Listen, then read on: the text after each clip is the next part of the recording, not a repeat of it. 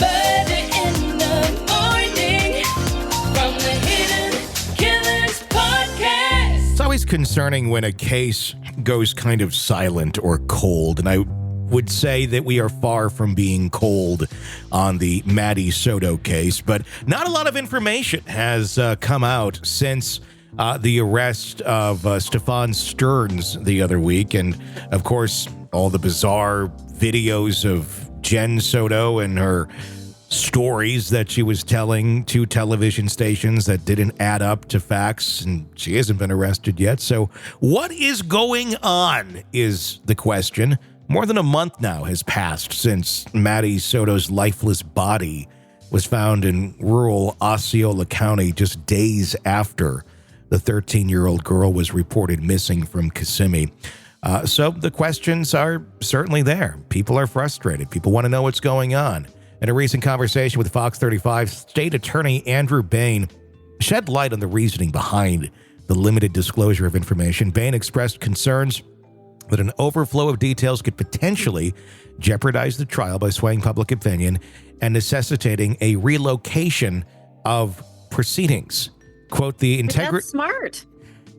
Yeah, I don't buy the we're going to taint the jury pool argument that much anymore. I'm like, no, I don't. I think what it really is they're not saying much because they're investigating a very large sex trafficking ring, and you don't want all these people to go dark if they know they're being investigated. So I think that's what's going on. They got their eye on Jen Soto. She's not going to go anywhere. Stefan's already behind bars. He's not going anywhere.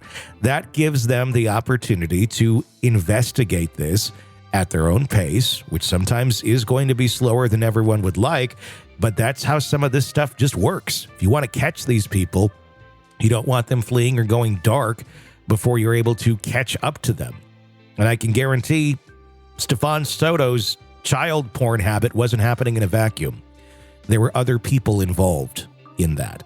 So I think their goal is to bring a lot of people down in this, and not just, hey, we got him and we're done. No, there's a lot more that's going on. Despite the intense scrutiny, the prime suspect, of course, is Stefan Stearns. He remains uncharged in her homicide, though. Stearns, who is a boyfriend of Maddie's mother, faces a barrage of charges related to alleged sex crimes, including multiple counts of sexual battery on a child under 12 and possession of child pornography. If you're asking, under 12, wasn't she 13? Yes, she just turned 13. But the phone that they confiscated from Stearns, it showed a lot of abuse, allegedly, that took place for many, many, many, many years when she was far younger than 12, even. So they got him there. He's dead to rights. But what does Jen know? And who else was involved? That's the bigger question. Yeah, that is the big question. And was she involved in this? And I think she was involved by even being complicit and not doing anything about it.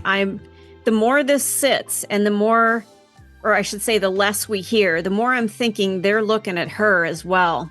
Well, I think they're looking at her, and I wonder if she's working with them. I wonder if there's some sort of a deal that's been worked out of you will get a lesser sentence if you help us take down this ring of people, because if so, she may have knowledge of a lot of people who are involved in this, and she could be the one that actually does help take this stuff down, even though she was, maybe, I'm just allegedly saying here, I don't know by any means, even if she was complicit or just aware that these things were going on and looked the other way.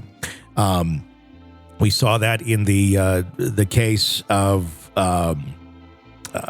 Harmony Montgomery, of Adam Montgomery, and Kayla Montgomery. Kayla's now free, even though she was just as much of a monster as Adam Montgomery was, but she's turned on him and became a state witness. So that could very well be happening here as well. Since his relocation to the Orange County Jail in Osceola County, from the Orange County Jail to the Osceola County Jail, Stearns has opted out of his first appearance and arraignment.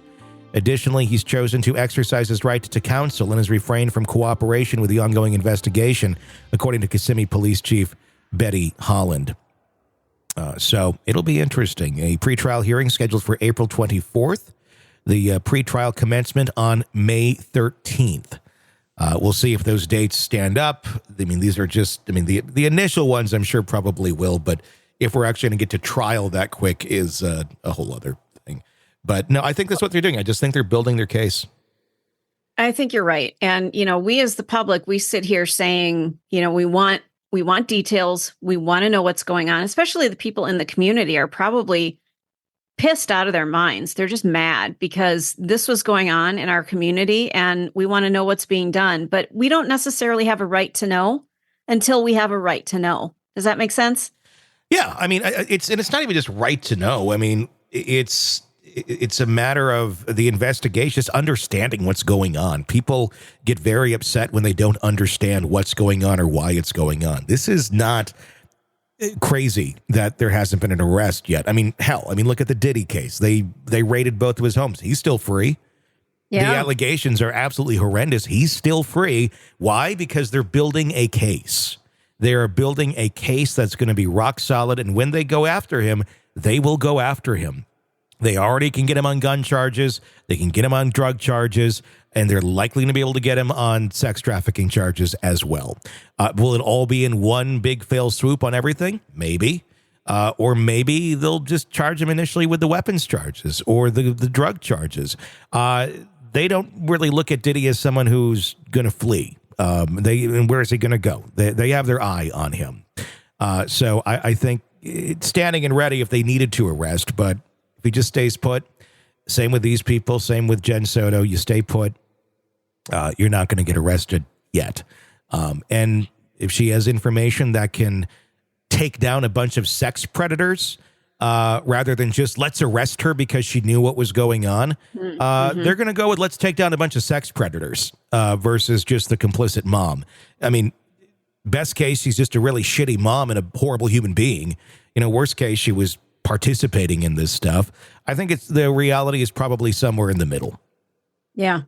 But we'll wait and see as that continues. But I can guarantee any day we'll see something happen here. Either more people connected to Stefan being arrested, either Jen Soto being arrested and charged, or we'll find out information of all these people that they got and how they got them, and that may lead back to Jen Soto. Who knows? But they're looking into it. There's a lot of people in these sort of things, and it's going to be a good thing that they're able to take more of these monsters down. Want to listen ad-free? Want advanced access to all of our interviews before anyone else? Become a True Crime Today Premium Plus subscriber on Apple Podcasts. You get every episode commercial-free. So you can binge on True Crime until you can binge no more. Search True Crime Today Premium Plus on Apple Podcasts now, or go to our podcast page and sign up now. More of the Hidden Killers podcast next.